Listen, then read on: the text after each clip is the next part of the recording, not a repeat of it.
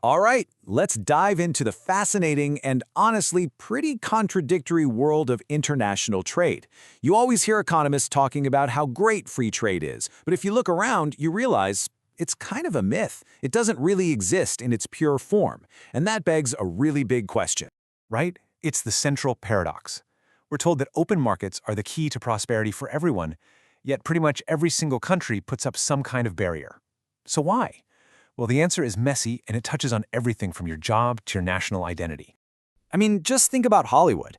A movie like The Lord of the Rings is a global monster, right? It makes billions of dollars all over the world. But some governments see that, and they don't just see a great movie, they see a threat.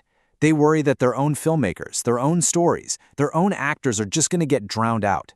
They worry that the values in these huge blockbusters will start to replace their own traditional culture. And that fear, that's a powerful, powerful reason to start putting up walls. So to really get our heads around this, we need to break down why governments step in. And it really boils down to three big motivators: pure political power, getting an economic advantage, and protecting cultural identity. Let's kick things off with politics. Look, at the end of the day, all those fancy economic textbooks on trade theory, they often get tossed out the window because of a much more powerful force: domestic politics. Politicians, they need to keep voters happy if they want to stay in office.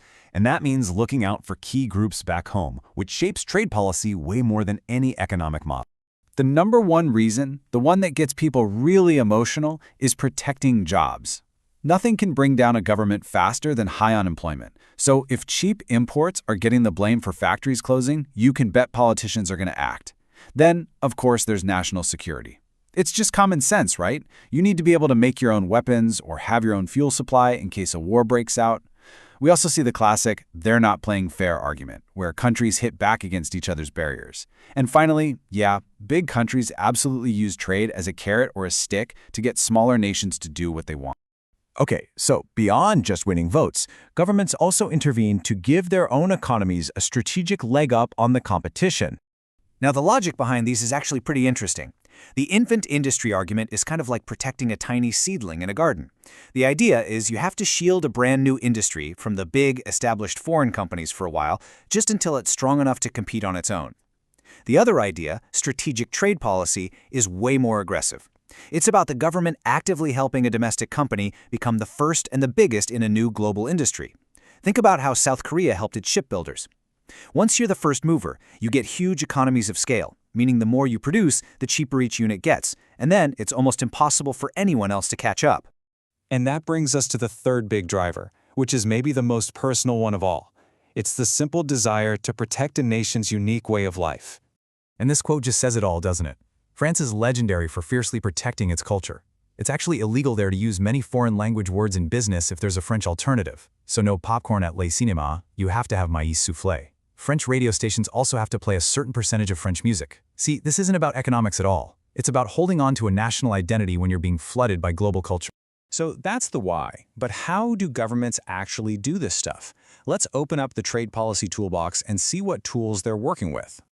Okay, the first tool, the classic, the one everyone's heard of, is the tariff. It's super simple.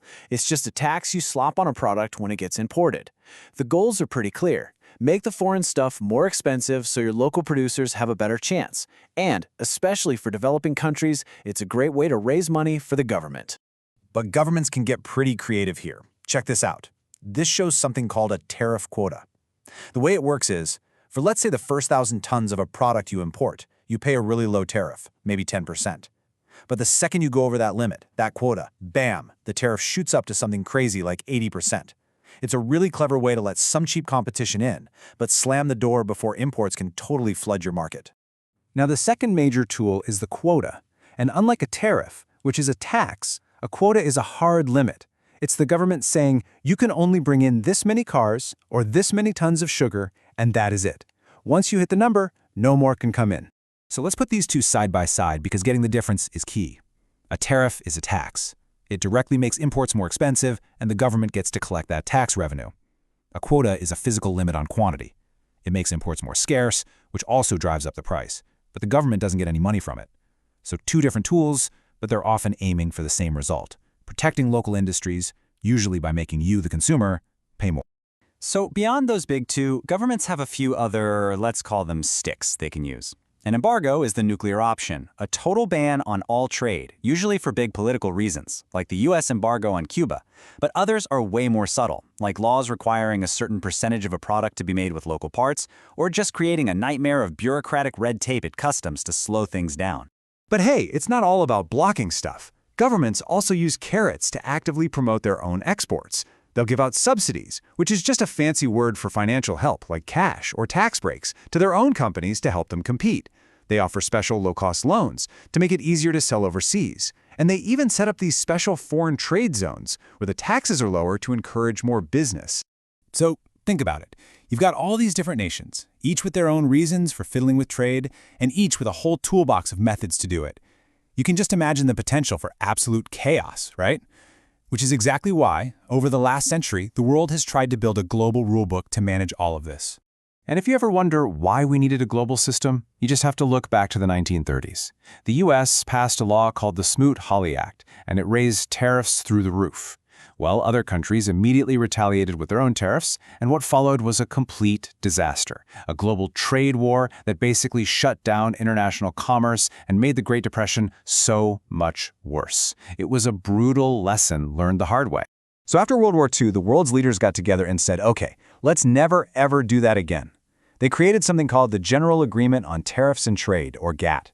And as you can see from this timeline, it started small back in '47, really just focused on lowering tariffs. But over the decades, through these big negotiating rounds, it got more and more ambitious. The Kennedy Round added rules against dumping. That's when a country sells goods abroad for less than it costs to make them.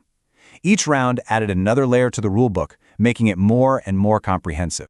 So did it work? Oh yeah, big time. Just look at this number. Between 1947 and 1988, GATT was incredibly successful at getting countries to slash their average tariffs on goods from a staggering 40% all the way down to just 5%. It really kicked off a golden age of global trade. But by the 1990s, the global economy was just so much more complex. GATT wasn't really enough to handle it anymore. So in that final huge negotiation, the Uruguay round, they decided to create a successor, a true international organization, the World Trade Organization, or WTO, which officially opened for business in 1995.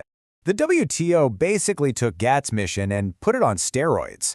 You can boil its job down to three main things: keep working to help trade flow freely, provide a place for countries to negotiate new deals to open markets even further, and, this is the big one, to act as a referee and settle trade fights between its members. And that's what really gives the WTO its power. This quote says it all. See, under the old GATT system, countries could pretty much just ignore the rulings if they wanted to. But the WTO has a real enforcement system. If it rules that a country broke the rules, it can authorize the winning country to hit back with its own tariffs. That power to enforce decisions with real financial pain, that's why it's called the spine of the whole system. And that really brings us full circle, doesn't it? We have this powerful global referee, the WTO, trying to enforce the rules. But we still live in a world where every single nation is trying to get an edge for its own political, economic, or cultural reasons. So the big question remains, can one set of rules, even with a strong ref, ever truly create a level playing field when everyone is still playing for their home team? It's a question that's going to define our global economy for a long time to come. Thanks for exploring it with me.